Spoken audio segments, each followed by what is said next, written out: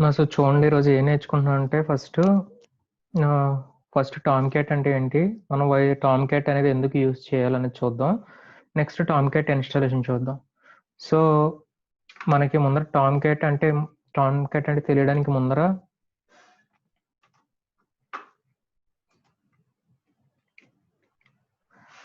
Before knowing Tom cat అంటే ఏంటో తెలియడానికి ఫస్ట్ మనం అసలు ఆర్కిటెక్చర్ చూద్దాం. సర్లెట్ ఆర్కిటెక్చర్ కానీ ఏదైనా ఒక హెచ్టిటిపి రిక్వెస్ట్ కానీ ఆల్రెడీ మీరు చూసారు. సో మళ్ళీ చెప్తున్నాను.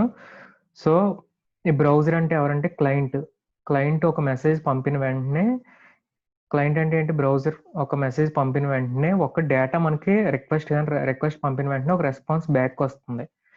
సో రిక్వెస్ట్ అనేది పంపిన వెంటనే ఎక్కడికి వెళ్తుంది, సో అది ఎలా రెస్పాన్స్ ఇస్తుంది అనేది చూద్దాం. సో బ్రౌజర్ ఎప్పుడైతే క్లయింట్ అయితే ఒక రిక్వెస్ట్ పెట్టాడో అది హెచ్టిటిపి రిక్వెస్ట్ కింద, హెచ్టిటిపి ప్రోటోకాల్ కింద యాడ్ అయ్యి సర్వర్లోకి వెళ్తుంది. So if it is a client request static page అయితే సర్వర్లో ఉంటే కనుక వెంటనే దాన్ని రిటర్న్ చేసేస్తుంది. ఎలా రిటర్న్ చేస్తుంది? హెచ్టిటిపి రెస్పాన్స్ కింద రిటర్న్ చేస్తుంది. So if it is not static ఏమవుతుందంటే, so the page should be dynamically created ఎక్కడ, సర్వర్లో.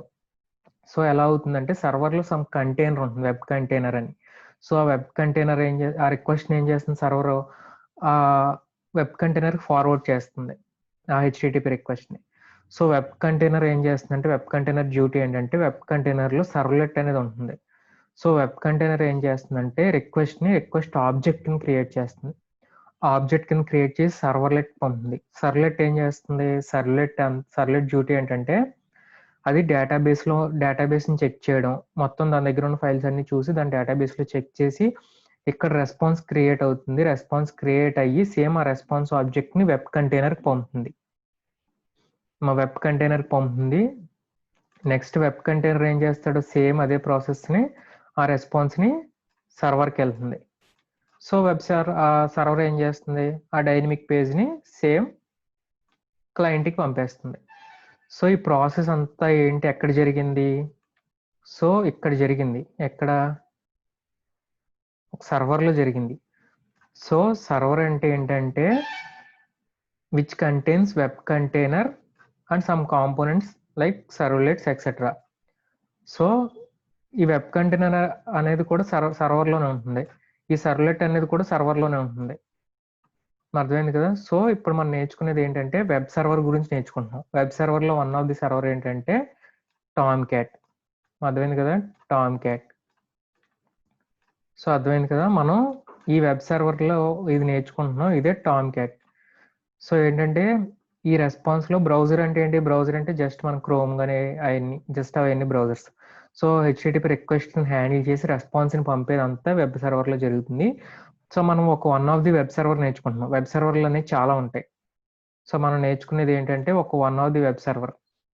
సో వెబ్ సర్వర్స్ చాలా ఉన్నాయి అన్నాను కదా, దాంట్లో ఏంటంటే జావా బేస్డ్ వెబ్ సర్వర్స్ ఉన్నాయి. దాంట్లో జెట్టి అని ఉంటుంది, గ్లాస్ ఫిష్ అని ఉంటుంది, జేబాస్ అని ఉంటుంది, అలా డిఫరెంట్ టైప్స్ ఆఫ్ ఉంటాయి. కానీ వై టామ్ క్యాట్ని ఎందుకు యూజ్ చేస్తాం, సో ఎందుకు టామ్ క్యాట్ యూజ్ చేస్తాం అనేది కూడా చూద్దాం. సో ఫస్ట్ మీకు టామ్ క్యాట్ నెక్స్ట్ వెంటనే గుర్తు రావాల్సింది ఏంటంటే Tom cat is a HTTP server and servlet container. అసలు టామ్ క్యాట్ అంటే వెంటనే ఏం గుర్తు రావాల్సింది అంటే Tom cat is a HTTP server and servlet container. ఇది జస్ట్ అదొక సర్వర్ టామ్ క్యాట్ అంటే. సో అపాచీ టామ్ క్యాట్ అంటే ఏంటంటే, అపాచీ అనేది దాని కంపెనీ పేరు. It is a software foundation project. So ఇది ఎప్పుడు రిలీజ్ అయిందంటే ఫస్ట్ 1998లో రిలీజ్ అయింది. ఎప్పుడు జావా రిలీజ్ అయిన 4 years తర్వాత టామ్ క్యాట్ అనేది రిలీజ్ అయింది. సో జావాని అపాచీ ఒకళ్ళదేనంటే కాదు, రెండు డిఫరెంట్ ఇవి. సో అసలు Apache Tom cat is a long lived open source Java servlet container and server. So ఇది ఓపెన్ సోర్స్. సో వెంటనే టామ్ క్యాట్ అంటే ఏం గుర్తు రావాలని చెప్పాను, it is a Java servlet container and it is a server. So ఏం implement చేస్తుంది, that implements several core Java enterprise specifications, namely the Java servlet, JSP పేజెస్ని create చేస్తుంది and web socket ఏపీఎస్ని కూడా create చేస్తుంది ఈ టామ్ క్యాట్ అనేది.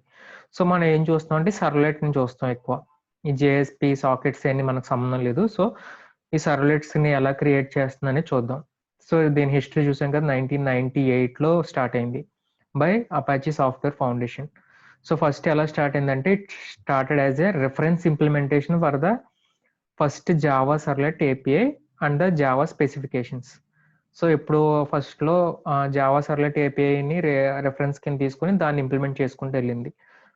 So next ఇంకా ఇప్పుడు reference మాత్రమే కాదు, it is most Tomcat remains the most widely used Java server. So Java అప్లికేషన్స్కి చాలా సర్వర్స్ ఉన్నాయన్నాను. So it is one of the most widely used Java server. So ఎందుకు అంటే ఇట్ ఈస్ దాని ఇంజిన్, దాని కోర్ ఇంజిన్ కానీ, దాని functionalities కానీ అవన్నీ చాలా బాగుంటాయి కాబట్టి టామ్క్యాట్ అనేది వాడుతున్నాం. అదర్ సర్వర్స్ అని చెప్పాను కదా, జేబాస్ అని, గ్లాస్ సర్వర్ అని, అలా సమ్ టైప్స్ ఆఫ్ సర్వర్స్ ఉన్నాయి. ఏం వాడకుండా టామ్క్యాట్ ఎందుకు వాడుతున్నాం అంటే ఇందుకే. And it has good extensibility. So Tomcat అంటే server and it is a servlet container. అదొకటి గుర్తుపెట్టుకోండి, just history. So simply Apache Tomcat is a web server and servlet container that is used to deploy and serve Java web applications. ఎందుకు it is a web server and servlet container అని మనకు తెలుసు. So దేనికి use చేస్తాం? Java web అప్లికేషన్స్ని deploy చేయడానికి. Deploy అంటే దాన్ని store చేయడానికి, దాన్ని ఏమన్నా ఎర్రర్స్ ఉన్నాయో చూడడానికి, దాన్ని అవుట్పుట్ చూడడానికి, దాని అప్లికేషన్స్ సర్వ్ చేయడానికి. సో ఈ జావా వెబ్ అప్లికేషన్స్కి మెయిన్గా యూజ్ చేస్తాం దేన్ని? టామ్క్యాట్ సర్వర్ని. సో అసలు మనకి ఎందుకు టామ్క్యాట్? వై టామ్క్యాట్ అంటే సమ్ డిఫరెంట్ ఫీచర్స్ ఉన్నాయి. So it is incredibly light weight. ఎందుకు లైట్ వెయిట్ అప్లికేషన్ అంటామంటే, ఇట్ ఆఫర్స్ బేసిక్ ఫంక్షనాలిటీ చేస్తుంది. సో దేనికి? To run a server it offers basic functionality. So సింపుల్గా సో ఏంటంటే, it provides relatively quick load and it can redeploy. So మనం ఏమన్నా feature rich application servers చూడాలనుకోండి, Tomcat అనేది ఒక బెస్ట్ చాయిస్, ఎందుకంటే it is light weight. So next ఏంటంటే, it is open source. Open source అంటే మీకు ఆల్రెడీ తెలుసు. So Tomcat is free and the source code of the server is readily available to anyone. మనకి ఎవరికైనా download చేసుకోవాలనుకుంటే కనుక దాని సోర్స్ కోడ్ అవైలబిలిటీగా ఉంటుంది. సో నెక్స్ట్ ఏంటి, it is highly flexible. So అది లైట్ వెయిట్ నేచర్ వల్ల దాని ఎక్స్టెన్సివ్ కండిషన్స్ వల్ల and so built in customization options కూడా చాలా ఉండడం వల్ల టామ్క్యాట్ అనేది కొంచెం ఫ్లెక్సిబుల్.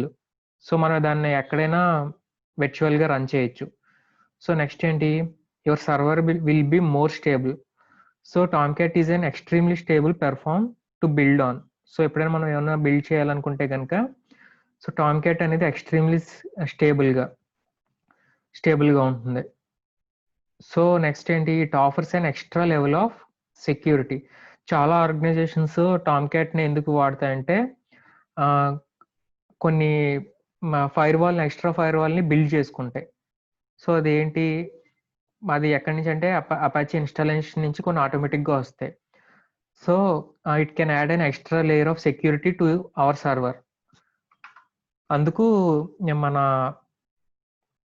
టామ్క్యాట్ని యూజ్ చేస్తాం. ఇవన్నీ ఏంటంటే features of Tomcat and why Tomcat. So Tomcat is mature. ఎందుకు మెచ్యూర్ అంటే, it existed nearly 20 years back. So and అది ఓపెన్ సోర్స్ వల్ల, నెక్స్ట్ అది ఓపెన్ సోర్స్ కమ్యూనిటీ మెయింటైన్ చేయడం వల్ల రిలీజెస్, అప్డేట్స్ అన్నీ కొంచెం ఫాస్ట్గా అవుతాయి.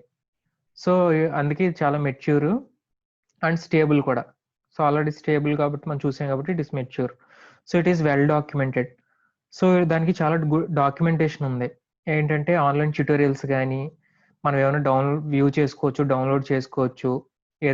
మనం ఏదన్నా మనం అప్లికేషన్ సర్వర్లో ఏమన్నా పెట్టుకోవాలనుకోండి, సో దాని గురించి అంతా డాక్యుమెంటెడ్గా చాలా బాగుంటుంది. సో నెక్స్ట్ ఏంటంటే, it is most widely used Java application server. So ఎవరైనా సర్వర్స్ వాడుతున్నారంటే ఆల్మోస్ట్ 70% మార్కెట్ షేర్ ఈ టామ్క్యాట్ వాళ్ళదే వాడుతున్నారు. ఎవరో జావా అప్లికేషన్స్ ఎవరైతే వాడుతున్నారో దాంట్లో 70% to 80% ఇదే వాడుతున్నారు. సో నెక్స్ట్ ఏంటంటే, it's gear towards Java based content. So ఎక్కువ ఏంటంటే, మ్యాక్సిమం టామ్క్యాట్ ఎందుకు డెవలప్ అయిందంటే, జేఎస్పీ ఫంక్షనాలిటీని హెచ్టిటిపి సర్వర్ని వాటిని మెయింటైన్ చేయడానికి యూజ్ అయింది. సో అందుకే జావా ఎక్కువ మ్యాక్సిమం జావా బేస్డ్ కంటెంట్నే యూజ్ చేయడానికి టామ్ క్యాట్ అపాచీ అనేది యూజ్ చేస్తారు. సో ఈ ఫీచర్స్ ఇవి. So coming to Tom cat ఏమేమి ఉంటాయంటే దాంట్లో సమ్ కాంపోనెంట్స్ ఉంటాయి. చెప్పాను కదా, కాంపోనెంట్స్ అంటే సర్వర్లో కొన్ని కాంపోనెంట్స్ ఉంటాయని చెప్పాను కదా. సో ఒక వెబ్ అప్లికేషన్స్ మేనేజ్ చేయడానికి these are the main components. Catalina, Coyote, Jasper, cluster అని హై అవైలబిలిటీ ఉంటుంది వెబ్ అప్లికేషన్స్. సో మనం అంత యూజ్ అవ్వో.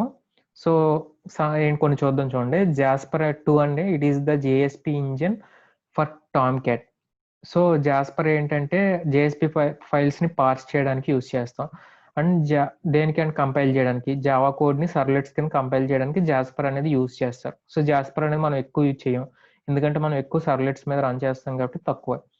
సో క్యాటలీనా ఏంటంటే సర్వ్లెట్ కంటైనర్, ఇది కంటైనర్ అని చెప్పాను కదా. సో దాని పేరు ఏంటంటే టామ్ క్యాట్లో యూజ్ చేసేది క్యాటలీనా.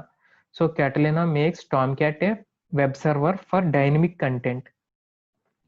సో ఇదే వెబ్ సర్వర్ని డైనమిక్ కంటెంట్ కింద చేయడానికి ఈ క్యాటలీనానే యూజ్ చేస్తాం.